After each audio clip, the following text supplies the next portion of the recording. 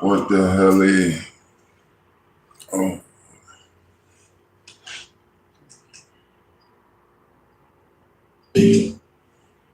You see this shit? 100 niggas versus the silverback gorilla.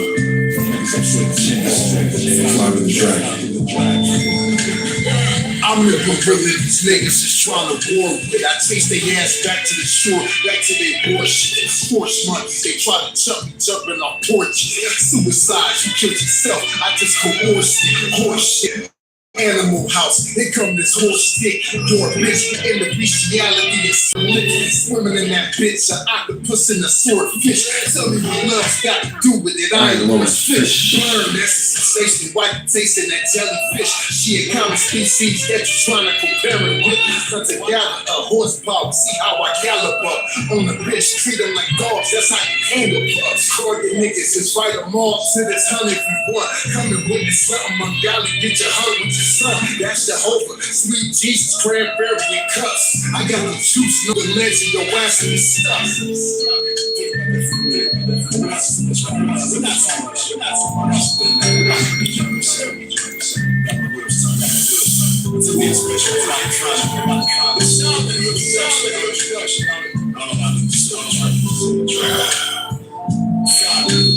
Hey, yo, that's it here, babe. You come at the king? You best not miss. The excellence of execution. The victory, the festival, and the festival.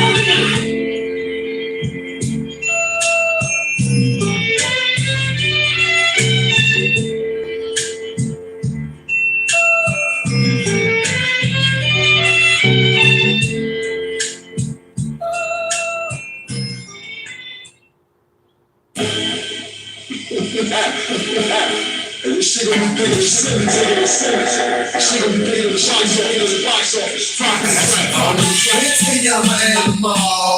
an animal. Touch with the minds, I react like an animal. They say I have no conscience, I can't live happy, yo. They say I'm an animal. Gashi. Illusion Gashi. Am I pronouncing that right? Amir Khalaf. Trying to. Is that 2 L's, an I? Illusion. What's up? Hit the like button. Subscribe to the channel. Let me know where you're from. Let me know how old you are. Let me know what you do for a living.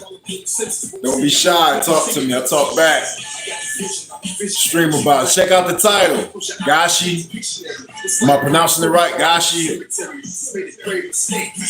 Yo, I just finished checking out some coverage of the P. Diddy trial. Who's following the P. Diddy trial? Who's following it? What's up? Everybody in the chat, hit the like button, subscribe to the channel. Let me know where you're from. Let me know what you do for a living. Let me know how old you are. What you're hearing in the background right now, Bluetooth speaker. What you're hearing in the background right now is my mixtape. So, you know. What's up? Don't be shy. Is anybody following the P. Diddy trial? Is anybody following the trial? It's I want to talk about it, man, but I don't know. I work as setup crew for events like presidents and officials. Okay. That you don't hear that every day. I think you can get copyrighted. Copyrighted for, why would I be copyrighted? The excellence of execution. The victory, the festival, and the festival. Yeah, you don't hear that every day. How did you get into that line of work? That's my music. That's my music. That's my music. It's not gonna get copyrighted. But yo, I want to know, is anybody following the P. Diddy trial, man? I want to talk about it, but I want to know if anybody's actually like following it. Basically just setting up events. Oh, hold on. There's a comment.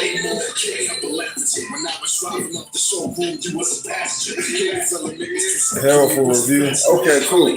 Yo. So this is turn that volume down a little bit. No, honestly, just wanted them to tell us what P. Diddy did. Okay. That's a great question. Okay, so Slinky the Cat, what's up? Hit the like button, subscribe to the channel. Let me know where you're from. Let me know how old you are. Let me know what you do for a living. Right? Don't be shy. Talk to me. I'll talk back. Please subscribe to the channel. But anyway, so there's a RICO, right? There's a racketeering charge against Diddy. When you think about a racketeering charge, you're usually talking about a criminal enterprise. A criminal enterprise involves several people. Now, Diddy might be the head of the snake, so to speak, but a criminal enterprise consists of multiple people, right? Doing like multiple things, right? Whether it's tax evasion, money laundering, SEX trafficking, drug trafficking. Can I use that word? Let me say unalivened for hire. Things like the mob. What makes this so strange is that it revolves around like the bedroom. You know what I mean? Because I don't know if they're gonna flag me for it. I don't know what I can and can't get away with saying. I actually need to research that, but fuck it. Listen, this revolves around sexual acts. And it gets tricky because there's consent involved. So P. Diddy, I think everybody in the chat knows who P. Diddy is, right? If you don't, I can tell you like what I know about P. Diddy. I've made a couple videos about Diddy too. I made at least 2 videos about Diddy, if not 3. But yeah, so Diddy, I think he was on the Forbes list for he's been on the Forbes list like multiple times, but I think he actually was in like the billionaire club. Like he recently reached the billionaire club. But anyway, multi-millionaire, philanthropist, entertainer, producer, record executive, actor, artist, so on and so forth. I only know he's funny, but also freaky. Yeah. If you saw Diddy and like Get Him to the Greek, that's probably Diddy's best like performance. He was funny in Get Him to the Greek. But anyway, Diddy. So Diddy's longtime girlfriend is Cassandra Ventura, Cassie. You might not remember Cassie because her career was really like a blink and you miss it type of thing. But she had at least one hit single. She had a single called, is it called Long Way to Go? Got a Long Way to Go. That seems like a long ass title for a song, but she had a single. She had like somewhat of a hit single back in like 2006. I remember that. I was just coming home from overseas. I was still in the military at the time, but they became an item, and they were an item for like 10 plus years. And apparently during this time, Diddy was having what is officially being called freak-offs. And it's crazy because when you watch these professionals, right, like these journalists and people that used to work in the legal field, as far as like former prosecutors, former defense attorneys, when you hear these professionals saying freak off, it just makes me laugh. You know what I mean? Because it's like, because you got like old white guys that are like, yeah, well, Diddy was having these freak offs, and I don't know, but I love white people. Anyway, so Diddy was having these freak offs with Cassie. Now, was he having these freak offs prior to him hooking up with Cassie? I don't know. You know what I mean? If I did more research, I could figure it out. But just based on the coverage, the coverage of the trial that I checked out, today, earlier today. I was just watching a YouTube channel. I think it's Law. Is it Law and Crime? It might be Law and Crime was the channel that I was just checking out the channel to make sure I had my facts straight, or I had like a clear idea of what I wanted to talk about. But so Diddy is looking at a long time in prison. On paper, he's looking at a long time in prison. But so far, what's come out during the trial is that, yeah, it's clear that there was some domestic violence, some domestic violence, some domestic abuse, but it's not entirely clear that the RICO charge is gonna stick. So it looks like Diddy's in trouble, but he's not gonna spend like the rest of his natural life in prison. Like it doesn't, so far it doesn't look that way. I understand how YouTube works, and I mean now social media as a whole. I understand that thumbnails and titles, they're designed to be clickbaity or clickbaitish, you know what I'm saying? But I've read headlines that are like, yo, the prosecution doesn't necessarily look good. You know, and the prosecution is obviously prosecuting Diddy and, you know, trying to win a case and trying to lock him up. But so far, you know, when you kind of check the temperature of the trial and see how it's going, it looks like Diddy maybe he won't walk. It's too early to say he'll walk, right? I don't think he's gonna walk, but he's not gonna spend. It seems like this should not be a federal case. That's what it looks like. It looks like this shouldn't. It looks like the feds never should have been involved.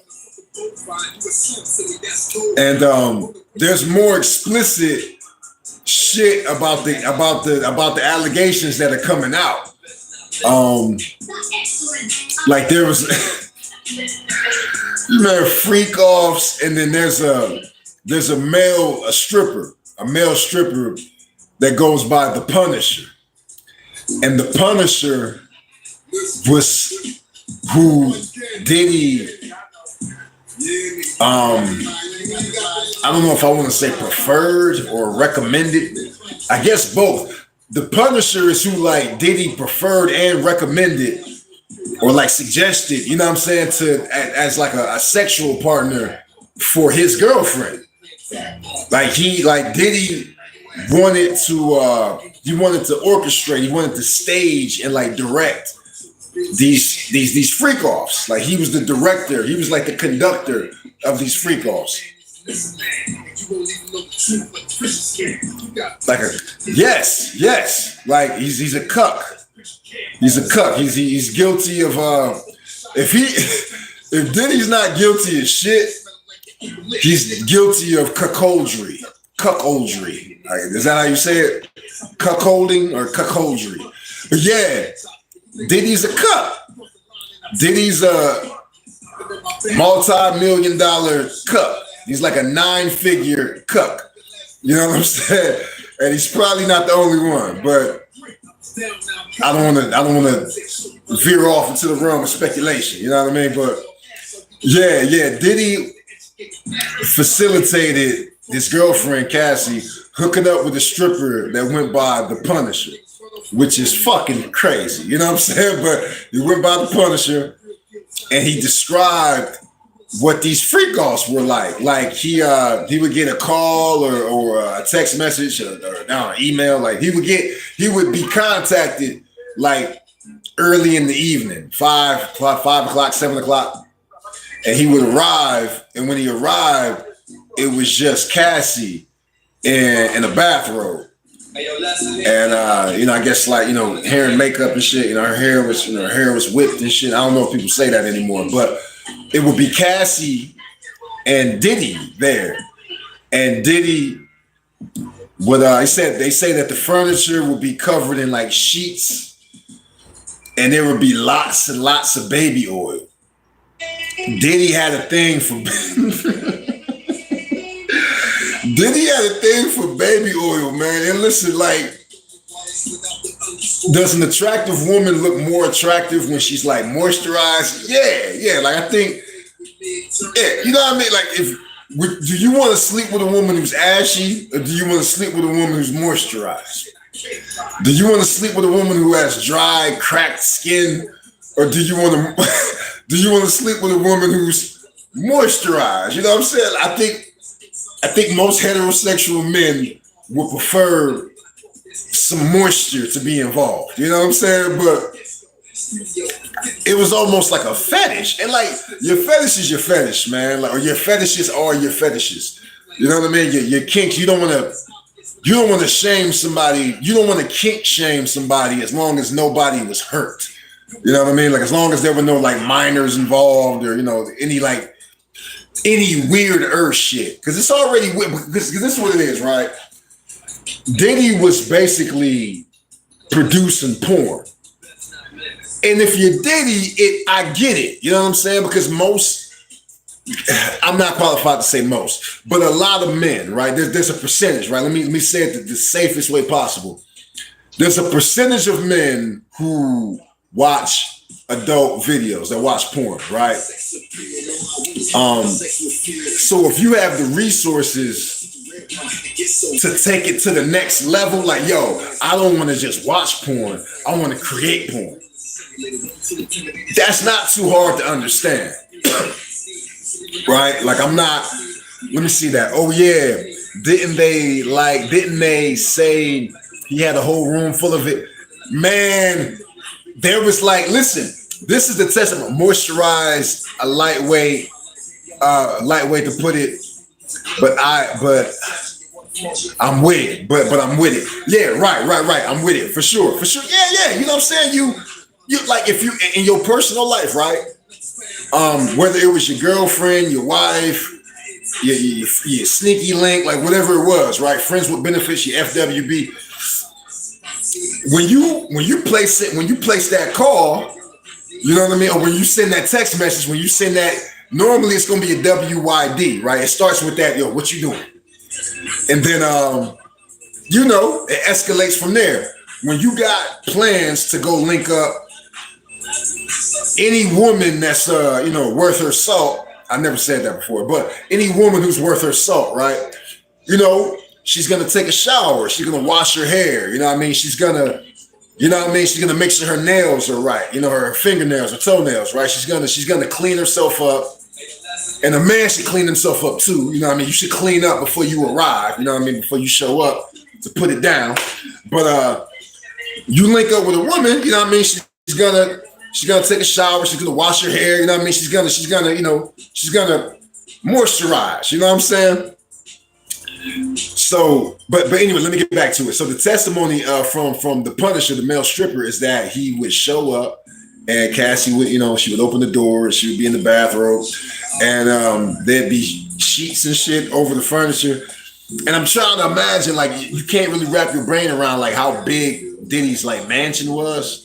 You know what I'm saying? Because like I've never, I don't know. It's hard to really picture like was this shit like, you know what I mean? Like, was this shit like the Playboy Mansion? Was it like, was it like Wayne Manor? You know what I'm saying? Like Batman shit? Like, you know what I mean? Who knows? You know what I mean? But imagine, right? You get a call, you pull up, you knock on the door, you ring the doorbell or whatever. Cassie shows up, she lets you in, she invites you in. And the Punisher said that at that time, Cassie would be the one to actually make the payment. And he would get paid between $1,200 and $2,000 cash, right? Dead presidents. And they would moisturize each other. Like, they would oil each other. They would like lube each other up. And Diddy, apparently, while he was directing this, he would pleasure himself while this was happening.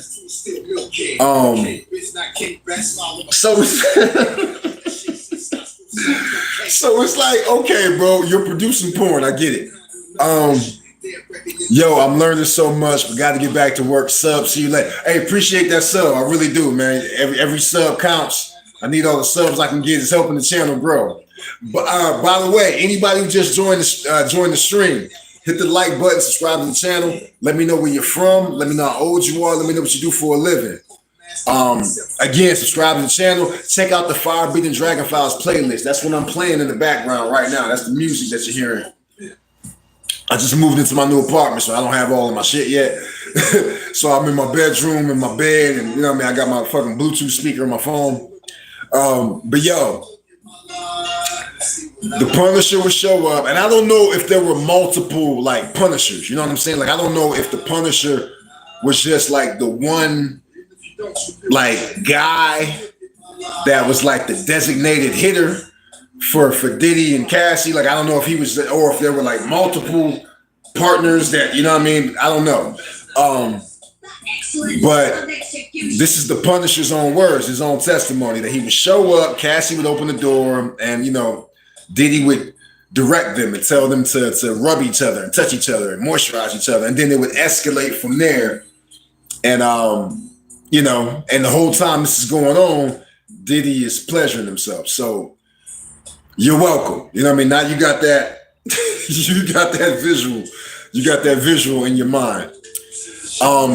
I checked out several videos, and I believe the channel was Law and Crime. It might be Law and Crime, right? I know it's not Law and Order, but there was also testimony about an incident where Diddy assaulted Cassie, and he assaulted her before breakfast, which is so fucked up. It's like, damn, bro, like, there's never a good time to put your hands on a woman unless it's self-defense, because I ain't one of them niggas. I'm not one of them niggas that feels like, well, under no circumstances should a man ever, man, if it's self-defense, or if you got to protect somebody you love from a crazy, you know, bitch, sometimes you got to do what you got to do. But I don't recommend putting your hands on a woman. But anyway, it's one thing to put your hands on a woman. It's another thing to crack her in the head with a hot skillet, with eggs in the skillet, because I don't know, I guess she was taking too long with the eggs, or maybe he wanted his eggs sunny side up and she was scrambling the eggs, or maybe he wanted an omelet and she was, I don't know what would, relationships are crazy. They're hot and cold, they're up and down, they can be volatile, you know what I'm saying? Relationships can be very crazy, like they can be very toxic.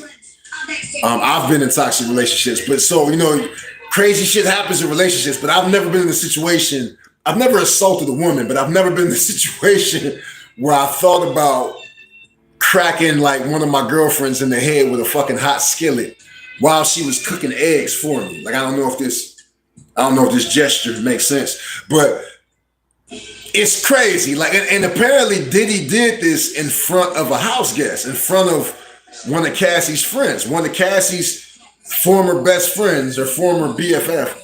She's the one who testified about this, that she witnessed Diddy, like Cassie was, it's fucked up, man, because damn, you know, that's a good woman. I can't imagine how bad could a woman be if she's up early in the morning frying eggs for you. You know what I mean? Like, I'm single right now. Like, I don't have anybody in my life to fry eggs for me. You know what I'm saying? So I ain't got nobody to fry no eggs for me, man. I ain't got much patience with a female, man. So any suspect behavior, any weird, moody, you know, bipolar, semi-bipolar behavior, man, and like I'm ready to go ahead and just bail and pull my parachute and get the fuck out of there. So I've had women in the past that scramble some eggs for me, but you know, right now I don't have a designated egg scrambler for your boy. But yeah, and I'm not making light of the fact that Diddy subjected Cassie to like some really bizarre, macabre shit, right? I'm not making light of that. The reason why I'm saying these things with a smirk, or you can hear like I'm trying to suppress some laughter and shit. The reason for that it's just because of how ridiculous it is. You know what I'm saying? Like, I'm not trying to make light of like the actual assault or the abuse. It's just how crazy it is on paper, like face value, how crazy it is. Can you imagine that? Can you imagine your girlfriend is in the kitchen early in the morning, right? You know what I'm saying? Unless they were doing like breakfast in the evening. Sometimes you want breakfast in the evening. You know what I mean? You want breakfast at 11 o'clock at night. But Cassie's in the kitchen, you know, being beautiful. And she's frying some eggs, man. She's, you know what I mean? She's trying to, you know, Paula Deen that shit. You know what I'm saying? Like, anybody remember Paula Deen? You know, Paula Deen got canceled. But, you know, Cassie's in the kitchen, you know, trying to Paula Deen up some motherfucking food for her man, for her boo, for her bae. And because he got frustrated for whatever reason, I don't know what set Diddy off. I don't know what set Sean Puffy Combs the fuck off. But he decided to crack her in the head with a hot skillet. Like, imagine that. Imagine grabbing a hot skillet off the stove and hitting somebody in the head with it. It's crazy as fuck. But Diddy has also been accused of assaulting a strength and conditioning coach at USC, I believe, with a kettlebell.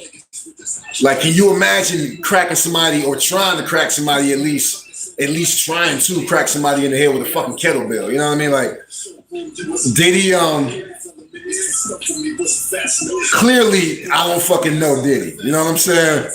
But Diddy was a wild dude, and I don't know where it started, or like, you know what I mean? Like, I don't know how to retrace those footsteps and try to get back to like the source of the shit. Like, I don't know if Diddy was always just like sociopathic or some shit, or if it's something that developed. Like, you don't know. It's kind of like, well, let me not say kind of like, because it's not. But I think about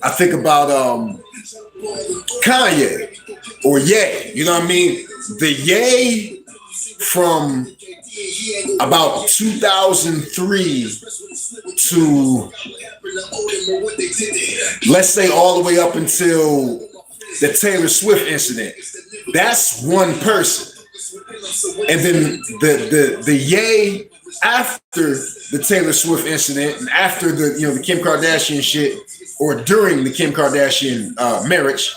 I didn't mean to call it shit, but that's a different guy. You know what I mean? So you try to figure out, like, what was the catalyst for this shit? Like, what was the turning point for this shit? You know, what was the jumping off point? You know what I'm saying? Like, when did this shit go left? You know, when did it happen?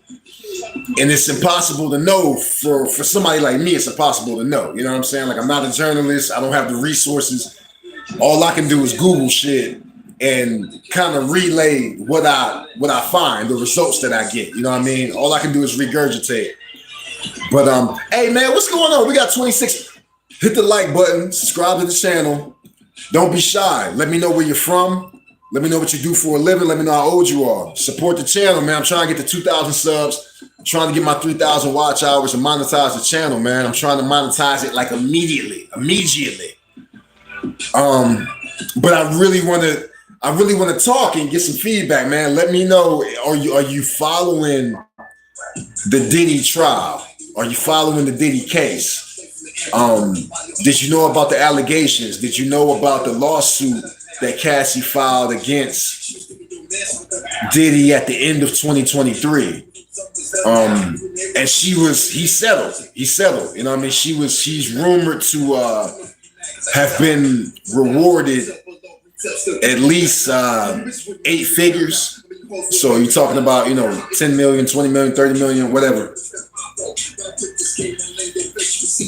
What else is crazy? Don Richard of Dawn used to be in Danity Kane, and she was also a part of damn dude, what was the name of the fucking group? Diddy had a group. It was a trio. I think it was Dirty Money was the name of it, and it was Diddy and two females. Which is kind of a strange, like, you don't see groups like that. That was kind of different.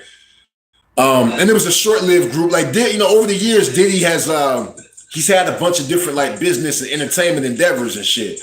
So he's had a bunch of groups that were short-lived. You know what I'm saying? Groups that were here today, gone tomorrow. You know, artists that were here today, gone tomorrow. And that's not really a knock on Diddy. That's just the nature of the record industry as a whole. You know, you're here today, gone tomorrow. Here today, gone tomorrow. Unless you can do something to sustain public interest. But Dawn Richard, I think I'm pronouncing it the right way. Dawn testified that she witnessed domestic violence, that she witnessed Diddy assault Cassie on at least one occasion. And on this occasion, Jimmy Iovine, Neo, and Usher Raymond, UHHERRAYMOND. Yo, apparently, allegedly, Diddy punched Cassie in the stomach. I don't know what set him off. I don't have those details. I don't really know like the cause and effect, or if he even really needed a cause and effect. You know what I mean? I don't know, or needed a cause. But Dawn said that she saw Diddy punch Cassie in the stomach. So it's getting brutal at this point. Like, it's not putting your hands on anybody is obviously it's violent. Like, it's when you put your hands on somebody, when you attack somebody, you're doing something violent. But there's levels to it. There's levels to pushing somebody or grabbing somebody or restraining somebody versus just punching somebody. You know what I mean? Like, just uppercut. You know what I mean? Like left hook, right hook. You know what I mean? Now, whether or not Neo or Usher or Jimmy Iovine, whether or not they actually witnessed the assault, wasn't clear. It wasn't clearly communicated whether or not they saw the shit. It was communicated that they were there, that they were there when it happened, but it wasn't clearly or plainly stated that they actually saw what happened. So it sounds more sensational than it might be. I mean, it's still a crazy ass thing to do, but it sounds even crazier when you picture like all of these fucking like celebrities in the same room, and Diddy's size is just boom. You know what I mean? Just punch his girlfriend in the fucking stomach. I mean, I think it was during a dinner. But it's hard to really, again, it's hard to picture like the layout, like what actually, who was in the room, you know, where is the room located, what's the size of the room, like it's just it's impossible to really know these things. And what else? Cassie's mom was called to the witness stand, and she testified about a crazy ass incident. Sabrina Robinson, what's going on? I appreciate you. Officer 1000, Mariah Yala, what's up? I appreciate you. Hit the like button. Subscribe to the channel. Let me know where you're from. Let me know how old you are. Let me know what you do for a living. Talk to me. I talk back, man. But where was I? Yeah. Cassie's mom testified about an incident where Diddy either suspected or he knew that Cassie was dealing with Kid Cudi, with Scott is what she called him. She called him by his government. Scotty. I'm a priest, prophet in the Israelite school of universal and practical knowledge under commanding General Yahana. Okay, that's the most different occupation I've ever heard. Occupation, lifestyle, religious practice, you know what I mean? Like, or spiritual practice. Yo, that's very interesting. And I'm not exaggerating at all. Like, that's very, very interesting. What part of the world are you in? Obviously, you speak English very well, but I'm just curious. Are you in the States or not? Or not? We teach our people their true nationality out of the Bible. Okay. Oh, Chicago. Okay. Yeah, you in the Midwest. You right next door. Okay. Or basically right next door. Illinois. I'm in Akron, Ohio right now. Okay. We have schools all over. That's interesting. That's interesting. How long have you been doing that? I'm gonna get back to the craziness, the crazy shit. But you don't meet people, at least me. Like, you know what I mean? I don't meet people who do what you do every day. Oh, we have a school out there. You have a school, okay, in Ohio or in Akron, Ohio specifically. But yeah, I'm chopping it up. Chopping it up with Officer 1000. Hey, yo, lesson here, baby. Mariah, am I pronouncing your name right? Mariah, is it Mariah or Mariah? Mariah Yala, am I pronouncing that right?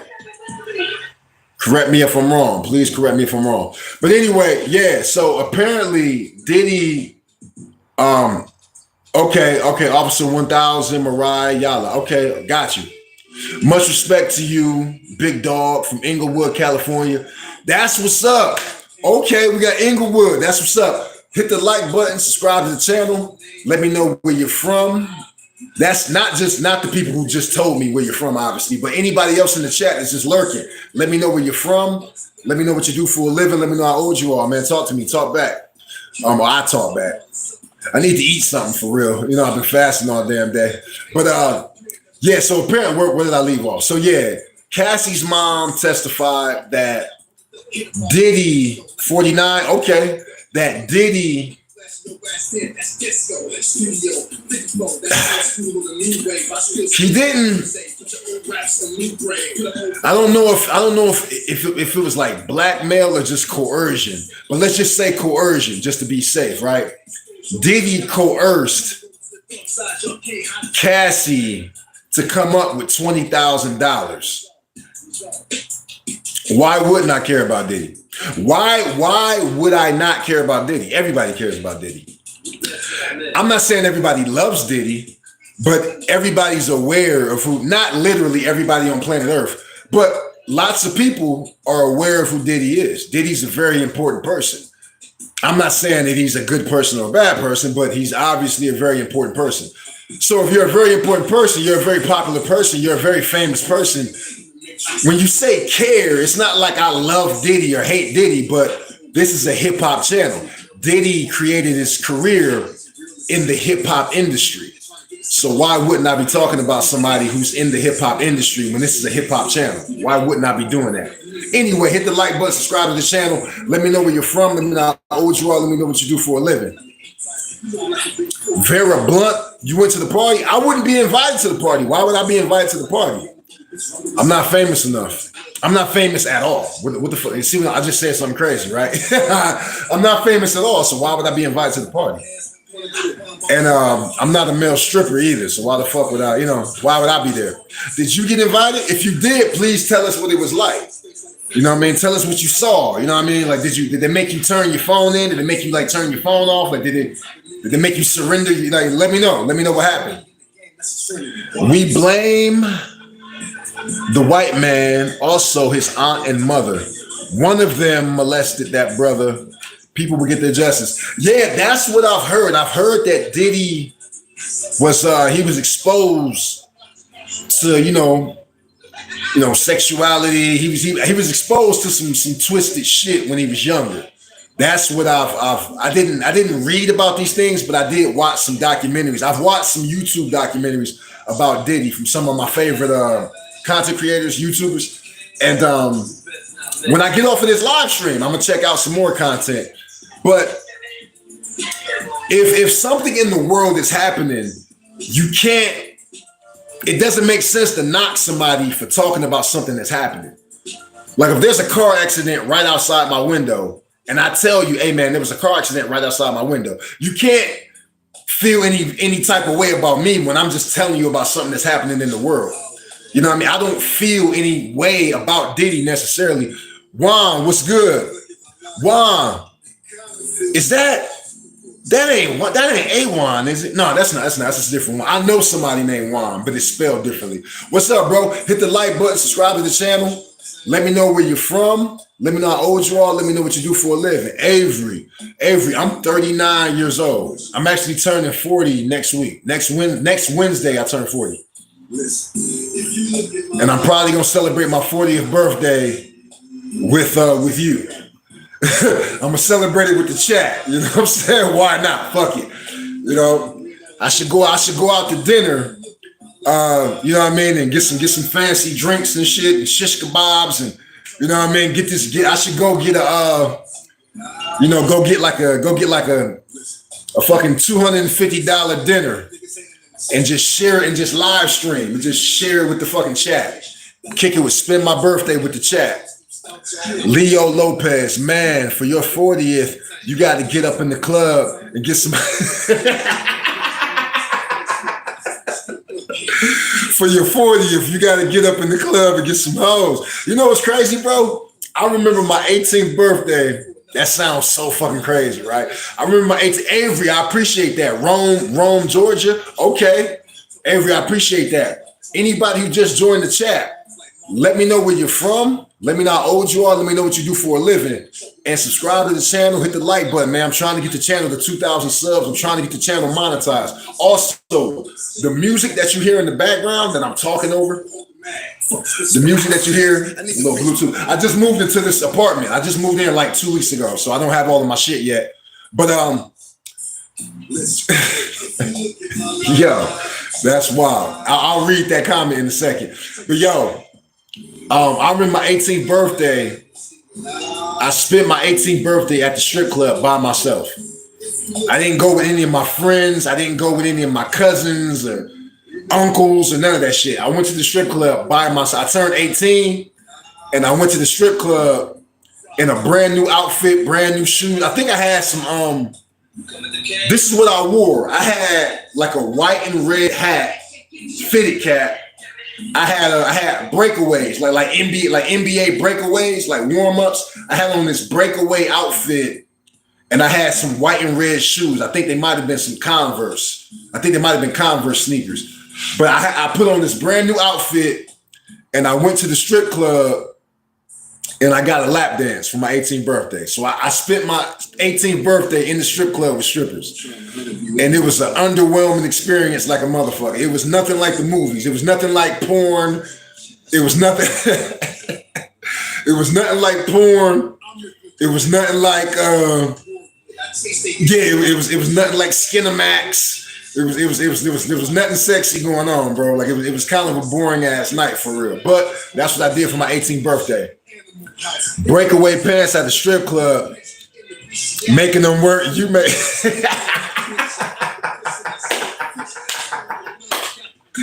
yo, in my 18-year-old mind, I was gonna be able to get one of them strippers to come home with me. Even though my home really wasn't my home. My home was my mom's house. What was that? I brought a friend to the strip club for his birthday. He wanted to go every night after. Yeah, he must have had a good night. What is that? Suppla, blah, blah. Man, that's too many syllables. Palu, my bro. Sapula, my bro. He's coming into the chat with disrespect. And I'm trying to figure these people out, right? I mean, I'm not trying too hard because I don't give a fuck about you or your life. But when people come into the chat with disrespect, it's like, bro, there's a different way to get attention. You don't have to come with disrespect. Like, what makes you come with disrespect? When people come with disrespect, it makes me think that you had like an abusive stepdaddy. Like you had a stepdaddy that was like whooping your ass or like making you watch him like fuck your mom or some shit. Like, what would make you do that? What would make you come to the chat with disrespect? It makes no sense. Like why, bro? Like why? I don't get that. Yeah, like what would make you come to somebody's live stream and straight out the gate, just be like, yo, fuck you. Like it's fucking retarded. It's fucking retarded. It's crazy. But the reason I'm leaving him in here is because he's giving me watch time. So I'm gonna take that watch time. But it makes me think, like, what happened? Like was your life, was it like some like Goodwill Hunting type shit where like you had somebody like putting out cigarettes and shit? Like, was somebody treating you like an ashtray? Like, was that, you know, like it's weird, bro. Like it's weird. There's no reason to come here with disrespect. It's very, very strange. They trolling, they want to mess up your day. No, it's all good. It's all, I appreciate that energy, but it's all good. It's all good. Because anytime a troll comes in here, I just say, you're helping me out. You're giving me watch time, and you're giving me a chance to really showcase my sense of humor. You know what I'm saying? But yeah, bro. Anyway, hit the like button, subscribe to the channel. Let me know where you're from. Let me know how old you are. Let me know what you do for a living. Is anybody checking out the Diddy trial? That's what I came in to discuss. Yesterday, I went live to talk about the battle between Joey Badass and Ray Vaughn and Daylight. I'm new here. Don't give your haters attention. They want that Zazzy Jazz. Yeah, that's the right idea. You know what I'm saying? What do they say, right? Especially on Reddit or in Reddit, right? In Reddit, the moderators always talk about, like, the mods always talk about, like, don't feed the trolls, don't feed the trolls. Because a troll is like a conspiracy theorist, right? The more energy you give them, like, the deeper that they just start to dig. And you know what I mean? Conspiracy theorists, they just dig deeper into the conspiracy.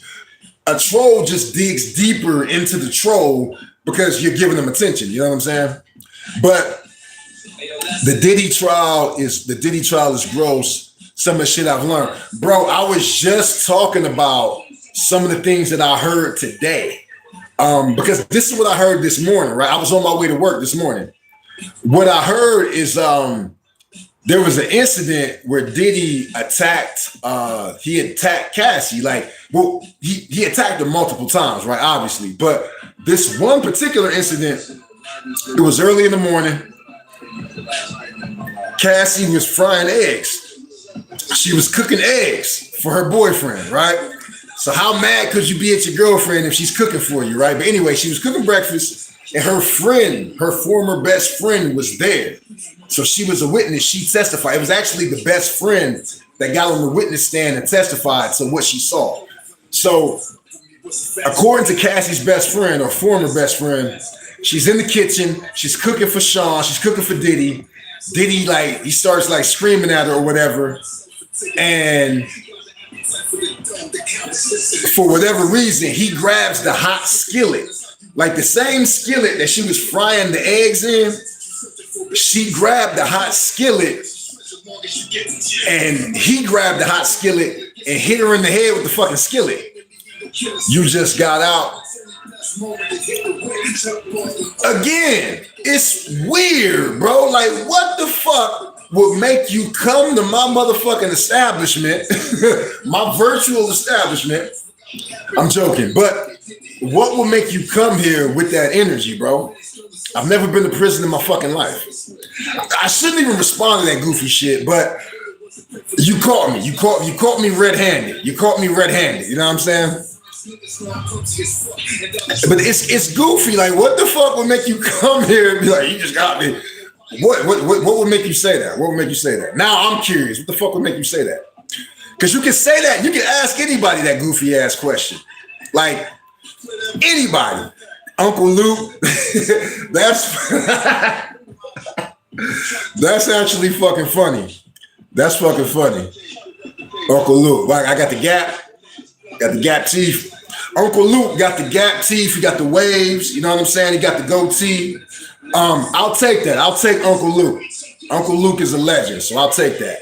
But yeah, bro. So you gotta imagine just how fucking wild that is. Like, imagine, like, I've never been angry during breakfast. Never in my life have I been angry during breakfast. I can't remember. I don't know. I guess maybe like elementary school, like cafeteria cafeteria breakfast, you know what I mean? Like maybe you might be angry because you're up early in the morning, you don't want to be at school or that type of shit. But I can't really think of a time in my adult life where I was angry during breakfast.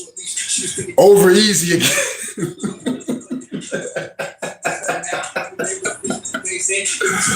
Over easy again, bro.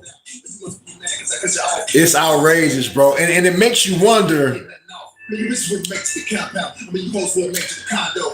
It's crazy, bro. It's like, what would make, not a sociopath, different type of brain. This is what's crazy, right? You don't really have to talk to people or speak to a person, you know what I'm saying? Or you can just let somebody speak is where I'm going with this. You can let somebody talk and they'll tell you everything about themselves, right? If prison is on your mind, right? It's like you join a random live stream and prison is on your mind. What the fuck happened to you on the inside? That's the question. That's the $1 million question. Like, if you ever saw that movie, there's a bunch of movies that have like prison in it if it's not actually about prison.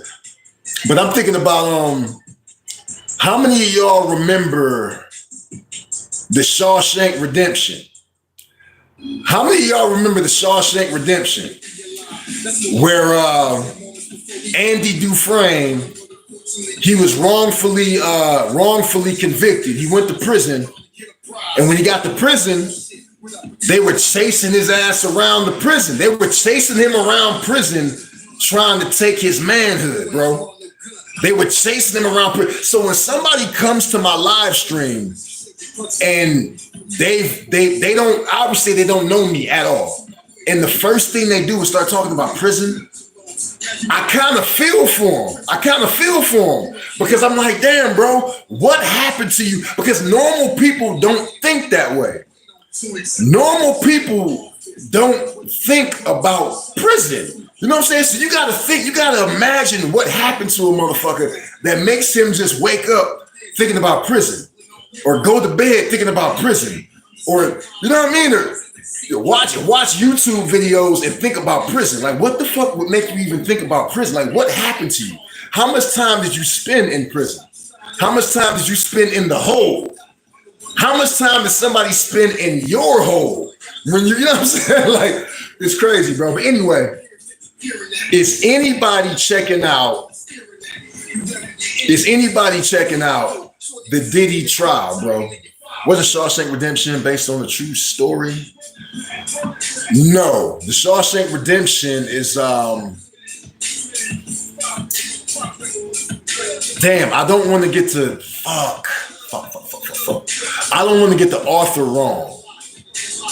I don't want to get, at one point I used to remember who the author was, or I knew who the author was, because I was getting ready to get it wrong. The author of The Green Mile is another like prison movie, but the author of The Green Mile is Stephen King. But I don't think Stephen King wrote the Shawshank Redemption. I don't know, but I don't think the Shawshank Redemption, but I could be wrong. Like, you know what I'm saying? I could absolutely be wrong. But I don't think the Shawshank Redemption is based on I don't think it's based on a true story. Was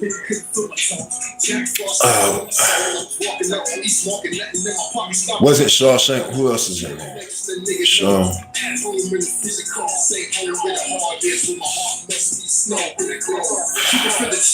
It's crazy. I don't get it. And this is the thing, bro. I don't have an issue with anybody who's in like I have people in my family like that are, I mean, maybe I ain't gonna name no names, but name any names. I said it ghetto, right? I'm gonna say it ghetto again. I ain't gonna name no names, but I got people in my family that are in the you know, that are part of the LGBTQ community. So I don't have an issue, you know what I'm saying? But if that's like, why are you coming here with that? Like, why are you, you know what I mean? Like, there's a place for you and it's not here. You know what I'm saying? Inspired by the novella Rita Hayworth and Shawshank Redemption by Stephen King. Thank you, Liz F. See, it was, I thought, a part of me thought that Stephen King was the author, but I wasn't 100% sure because I actually read. I don't think I ever finished the Shawshank Redemption, but I read like a lot of it. Like I read like 3/4 of it. I read like 3/4. Stephen King, Legend of, yeah, Stephen King's one of my favorites too. I read a lot of like the Dark Tower series, you know, the Gunslinger. I read I think the Gunslinger is what, like 7 books. I think it's either 7 or 8 different books. I've read maybe 4 or 5 of the Dark Tower series. What else did I read? I read what was it called? Desolation. I read the Stephen King book Desolation. I read that one. I think I read a couple more too. I think I read at least one more Stephen King book. But yeah, I like Stephen King. He's one of my favorites. You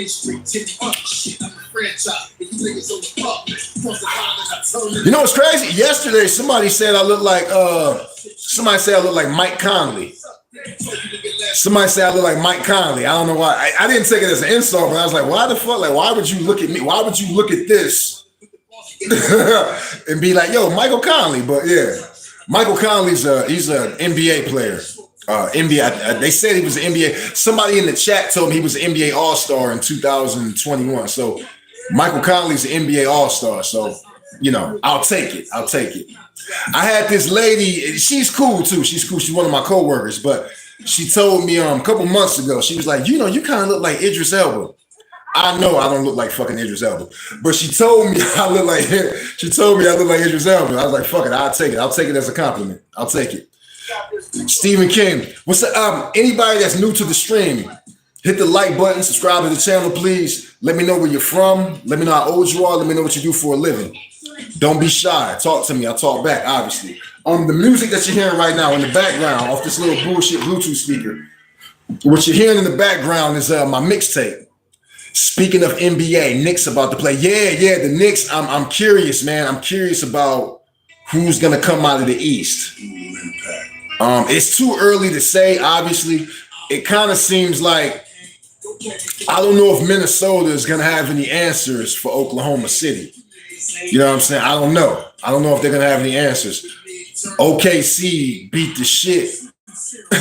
They beat the shit out of Minnesota. So, I don't know. We'll see if they figure it out. But the Knicks, man, I don't know, man. I don't know if the Knicks, it'd be a beautiful thing if the Knicks went back to the finals because they haven't been in the finals in fucking, what, like 50 years, like 50 plus years. OKC beat my Nuggets. They beat your Nuggets. Yeah, man. I like the Nuggets. I like the Joker. I like Aaron Gordon. You know what I'm saying? Like they got talent over there. They got a nice roster over there. I don't know how much of a bench they had. And I'm not sure exactly what it was because I watched the highlights and I watched like the coverage, but I didn't sit down and watch the games in their entirety. So I'm not sure exactly what went wrong for Denver. I'm not sure what went wrong. I don't know if it was Denver just not having enough defense or I don't know because you're so used to seeing Jokic dominate. I'm from Buffalo, out in Colorado right now. Grew up a Knicks fan. Okay, Lakers fan. Go Knicks, NBA champions. Mark it. Yeah. That'll be crazy. That'll be big. You know what I'm saying? And I'm not really doing it justice. Like that'll be huge. That'll be one of the biggest things in sports, in all of sports, if the Knicks manage to bring it home. If they bring it home.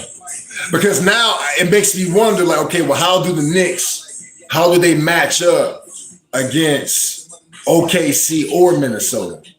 The Knicks probably match up better with Minnesota, but I'm not sure. I'm not really sure. I gotta look at the rosters and, you know, look at the ranking, you know, defensive rankings, offensive rankings, you know, shit like that. But I'm not sure, man. But it would be like I'm a Lakers fan because I'm a LeBron fan. You know what I'm saying? Because I'm actually from Akron, Ohio. So the local team is the Cavs. But I'm a LeBron fan, so I've been supporting him everywhere he goes. I mean, he's only been to 2 other fucking teams, but Knicks title, back to New York, Rochester, New York. Okay, Rochester, man. It's a lot of dope rappers out of Rochester. Matter of fact, it's 38 Special. It's 38 Special from Rochester. I think he's from Rochester. I was just listening to Rochester's. No, not Rochester. I was just listening to 38 Special's album. The one that was like dedicated to his mom. I was in the gym like maybe 2 weeks ago working out, listening to 38 Special's album. It was a good album. It was a real good album. Like it had no skips on it. Like it was a real good album. Jalen Brunson, Karl Anthony Towns, Porzingis, Hart. Yeah, they got a squad, man. They got a whip. They got a whip like a motherfucker. I feel the league really wants. I feel the league really wants a Canadian superstar. You think so? You think they really want that? He'll go back to Cleveland, retire, then another title. That'll be dope. That would be dope if Bron came back to Cleveland. Because Bron might be like, he might be that missing piece that maybe the Cavs need. You know what I'm saying? He might be that missing piece that they need. But at this point, I mean, Bron, he's still playing at a high level, but Bron's 40 years old. So when Bron is on the court, he kind of slows the game down. And obviously, Bron doesn't play defense the way he used to. Bron's defensive effort, it does step up in the playoffs, but he's a 40-year-old man. You know what I'm saying? He's one of the greatest of all time, but he's a 40-year-old man. So if you're a young team and you're a fast-paced team, I don't know how LeBron would fit on a roster like that. But LeBron is, he's one of the greatest of all time. He has a high basketball IQ. So LeBron could figure it out. I'm sure he could. Let's see. Benny the Butcher from Buffalo. Yeah, man. I fuck with the whole like upstate New York movement. I like the whole like the Griselda camp, Benny, Conway, West Side, Stove God Cooks. I really like Conway the Machine. That's one of my favorites. Benny the Butcher.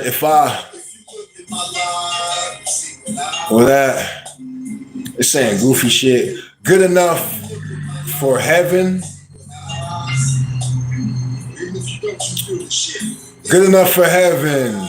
Ever lied or stolen before? Ever lusted, hated anyone before? Ever cursed? Clark Kent. I don't know what that is, bro. Like I don't know if that's like with like Sudoku or like if that's like, I don't know if that's poetry. I don't know what that is, bro. Hall of Fame LeBron James. I'm a reggae head, old school hip hop. Okay. Yeah, man. I mean, Bron, if he's playing basketball just for the love of the game, or if he's playing the game just because he wants to like pad his stats and make it so hard to follow, or because that's kind of the common theory. Like that's like the understanding that people have. Like, all right, well, Bron's probably never going to get his 6 rings or 7 rings and try to like eclipse Jordan as far as rings. But what he can do is eclipse Jordan in pretty much every other statistical category besides like all NBA defense selections or defensive selections. Jordan, I think, has like 9 all NBA defensive selections. I think Bron might have like 3 all defensive NBA selections or some shit like that. But I don't know. We'll see how it goes, man. But the playoffs are exciting. It's exciting. Rock Marciano I like Rock Marcy. I like Rock Marcy. My older cousin, my big cousin, Tone, he's the one that got me hip to Rock Marcy. He got me hip to Rock Marcy. Man, it might have been back in like 2016. It might have been back in like 2015, 2016, around that time. My cousin got me hip to Rock Marciano. Rock can spit. Rock is talented. He can rap like a motherfucker. What you're listening to right now Best not miss. is my mixtape, The Fire Breathing Dragon Files. Subscribe to the channel, hit the like button, let me know where you're from, let me know how old you are, let me know what you do for a living, and check out the Fire Breathing Dragon Files playlist, man. That's my mixtape.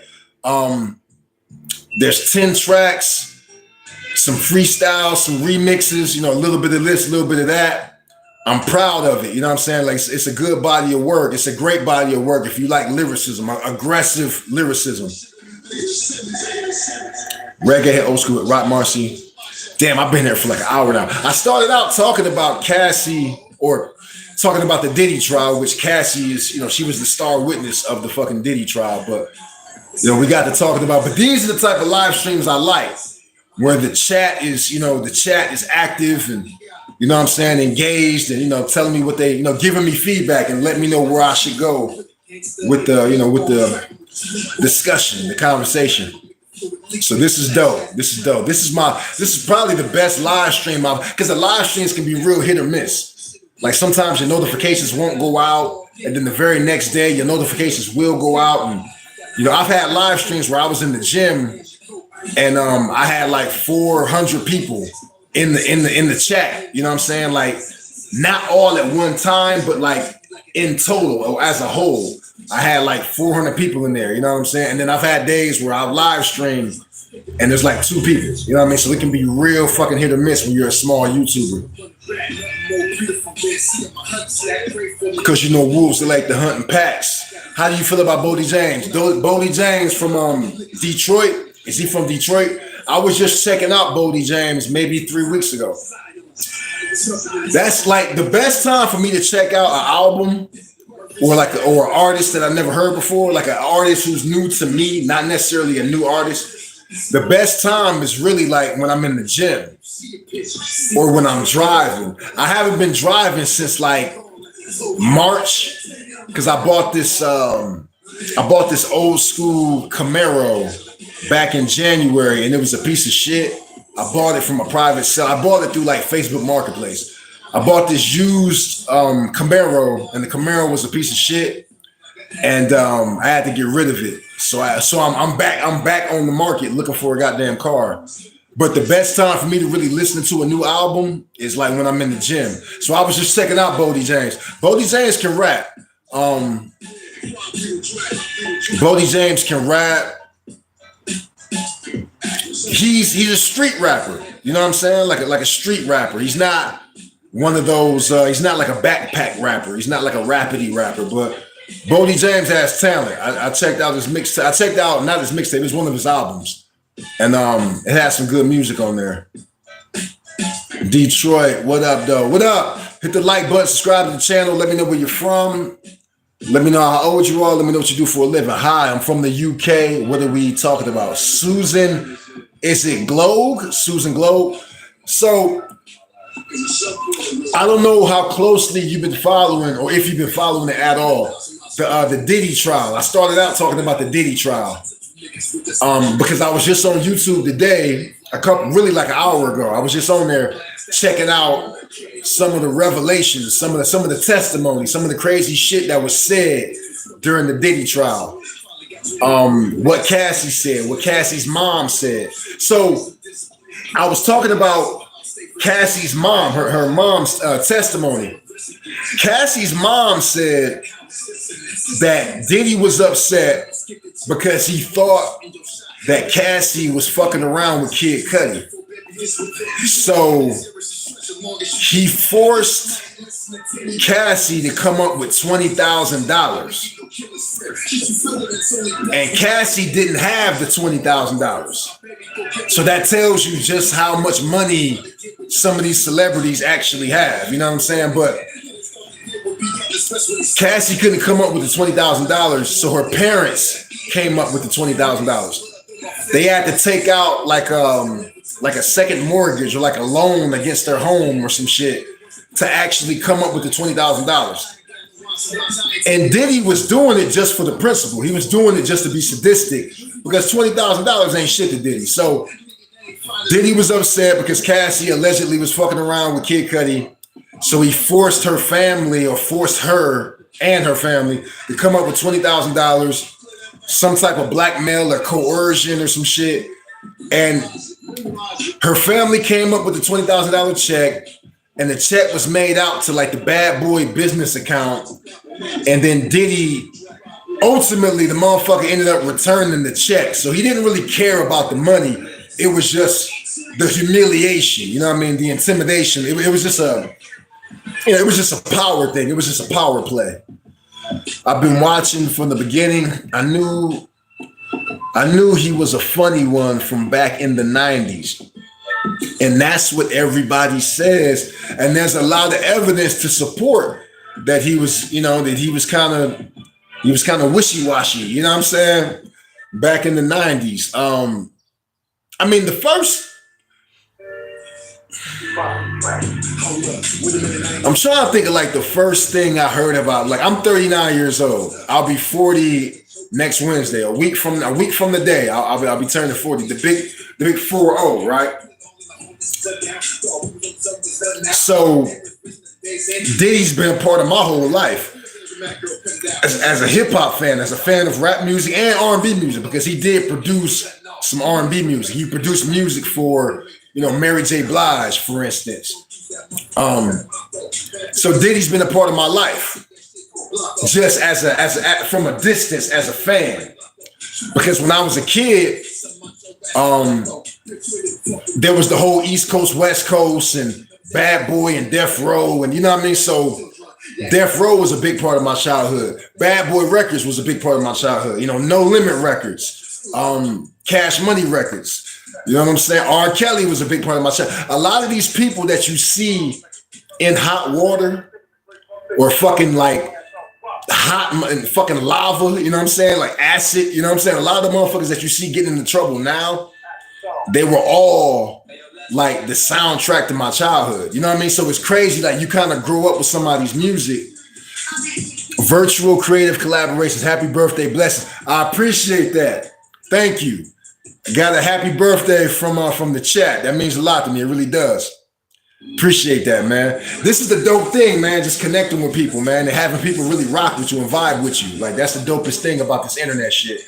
And learning new things. You can learn so much on the internet. But anyway, yeah, Diddy, the first time I heard anything crazy about Diddy was probably when I heard that Diddy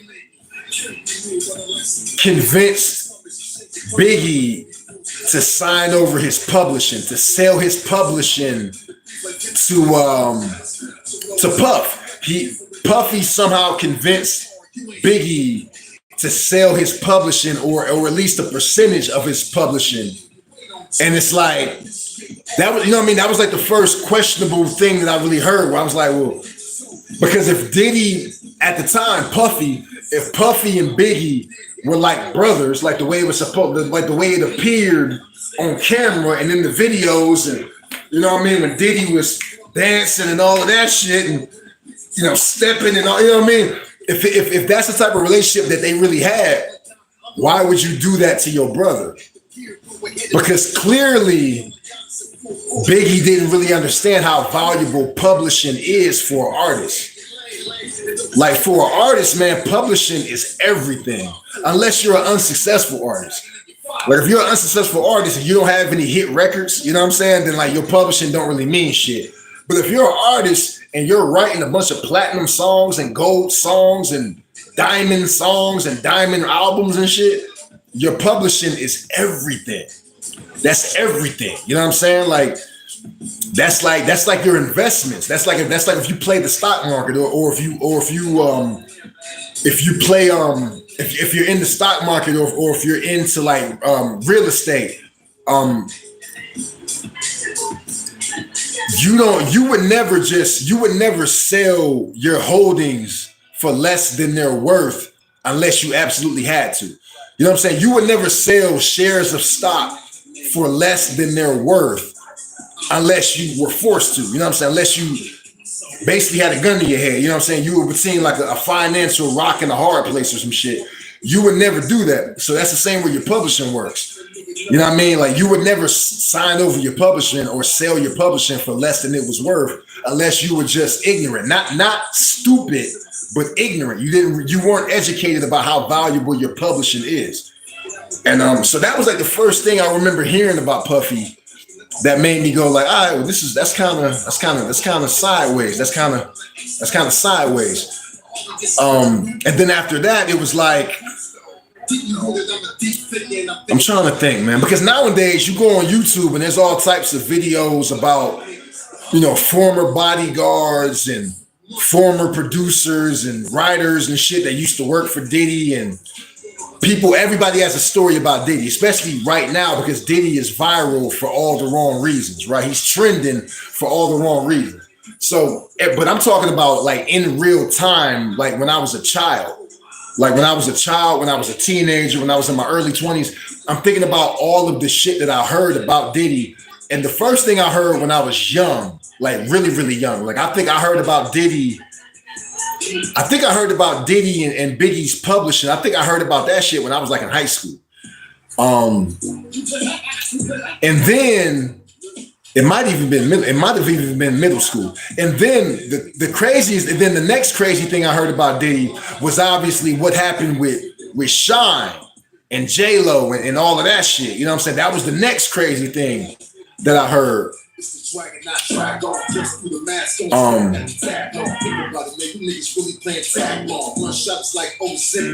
Actually, no. The next thing, my fucking phone's dying.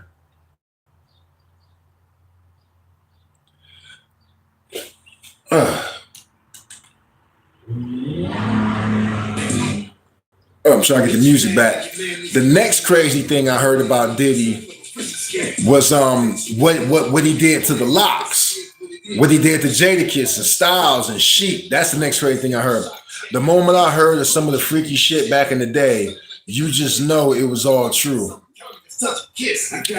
See, you heard about the freaky shit back in the day. I didn't really hear about the freaky shit back in the day. We all know that it happened. You know what I'm saying? Like what you're saying is true, but I didn't really hear about the freaky shit. I heard about like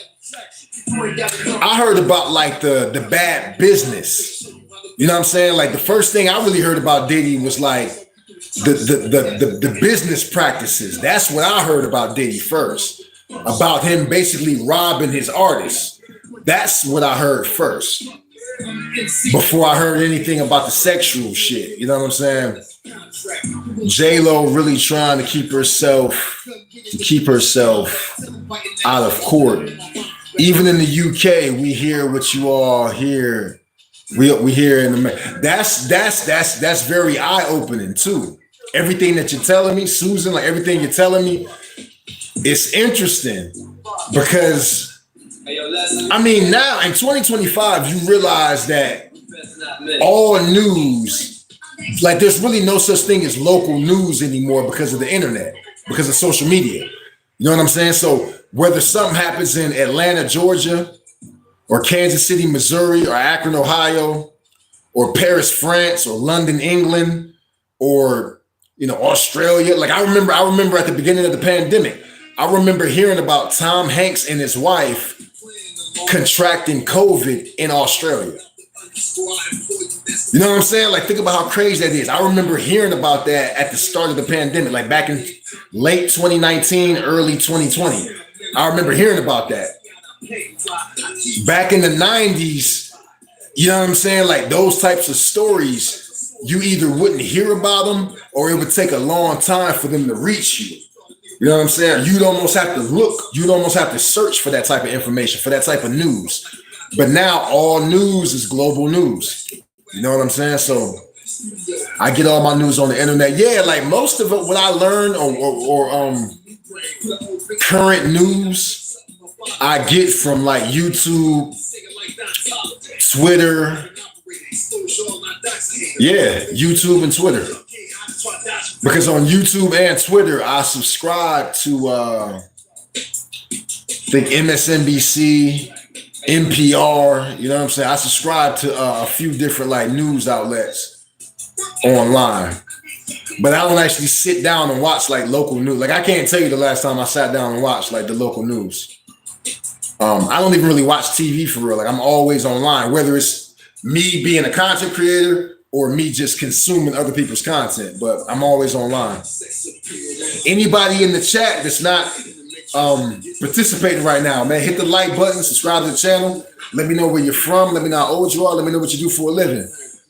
Again, the music that you're hearing right now, this is music from my mixtape. If you just subscribe to the channel, or while you're here, check out the Fire Breathing Dragon Files playlist. The Fire Breathing Dragon Files, original music or original lyrics, not original beats, but original lyrics. All my lyrics. It's mixed and mastered, sounds professional, industry quality. Some good. If you like good music, if you like good hip hop music, check out the Fire Breathing Dragon Files for me.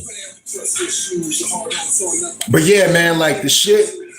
The $20,000 shit is crazy. Like I can't imagine that. Like, yo, my girlfriend is seeing another guy, so I'm gonna like blackmail her and force her family to cough up $20,000 just because I can.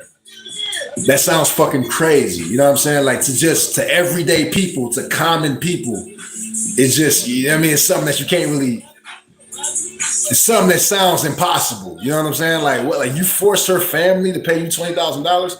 And I think this is what it was. I think he threatened to release like a sex tape of Cassie, and that's a vulnerable place to be in, man. Like for a female, like if you're a female and you're having sex with your sexual partner, and you consent to the sex and like the filming, the recording of the sex.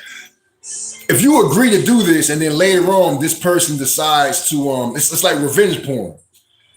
If this person decides that they're gonna take the fucking footage and leak that shit, I don't think that's cool. I think that's fucked up.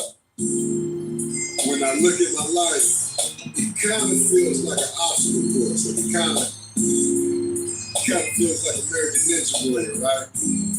But yeah, bro, like the Diddy trial, the Diddy trial is crazy. It's only getting crazier. But what it looks like right now, based on like the reports and some of the headlines, it looks like the defense is winning and the prosecution is losing to a certain extent. So I don't know, you know what I'm saying? Like, I don't know if Diddy I don't know if there's a realistic possibility of Diddy getting off scot-free, or if Diddy is gonna beat the RICO charge, the racketeering charge, or the sex trafficking charge.